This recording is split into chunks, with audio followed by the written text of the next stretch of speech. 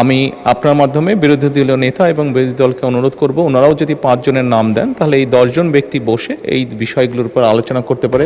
কোনো পরামর্শ থাকলে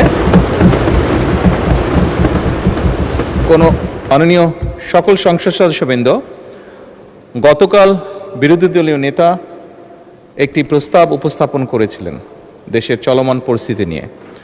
আমরা সকলেই আলোচনা করে একমত হয়েছিলাম বা একটি বিষয়ে আমরা সকলেই উপনীত হয়েছিলাম মাননীয় স্পিকার, যে এটি একটি বৈশ্বিক প্রবলেম, সারা বিশ্বেই এই সমস্যার তাপ ছড়িয়ে পড়েছে। মাননীয় বিরোধী দলীয় নেতা ওনার বক্তব্যে বাংলাদেশের এটি যে কনসার্ন সেটি এক্সপ্রেস করেছিলেন উনি, এবং ওনারা প্রস্তাব দিয়েছিলেন ওনাদের পক্ষ থেকে যে ওনাদের কাছে কিছু পরামর্শ আছে। সরকারি দল এবং বিরোধী দল আমরা একসাথে সেই বিষয়গুলি নিয়ে কাজ করতে পারি। মাননীয় স্পিকার, আমি আমার বক্তব্যে বলেছিলাম বাংলাদেশ জাতীয়তাবাদী দল সকল সময় দেশের স্বার্থে, দেশের মানুষের স্বার্থে যে কোনো আলোচনা যে কারোর সাথে করতে প্রস্তুত রয়েছে। তারই প্রেক্ষাপটে আমরা সিদ্ধান্ত গ্রহণ করেছি যে আমরা আমাদের পক্ষ থেকে 5 সদস্যের একটি কমিটি গঠন করছি। আমি আপনার মাধ্যমে বিরোধী দলীয় নেতা এবং বিরোধী দলকে অনুরোধ করব, ওনারাও যদি 5 জনের নাম দেন তাহলে এই 10 জন ব্যক্তি বসে এই বিষয়গুলোর উপর আলোচনা করতে পারে। কোনো পরামর্শ থাকলে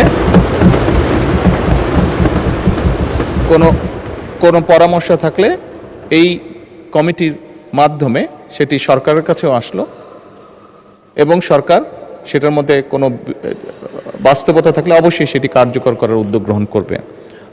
আমি মাননীয় স্পিকার আপনার সামনেই নামগুলো এখন উপস্থাপন করতে চাচ্ছি আমাদের পক্ষ থেকে এখানে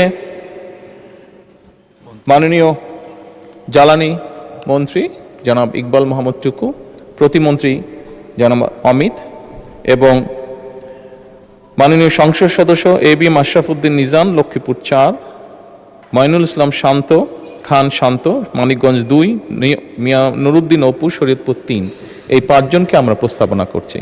মাননীয় স্পিকার, আমি বিরোধী দলীয় নেতাকে অনুরোধ করব ওনাদের পক্ষ থেকে নামগুলো যদি দ্রুত আমাদের কাছে দেন তাহলে এই কমিটি দ্রুত কাজ শুরু করতে পারবে। ধন্যবাদ মাননীয় স্পিকার।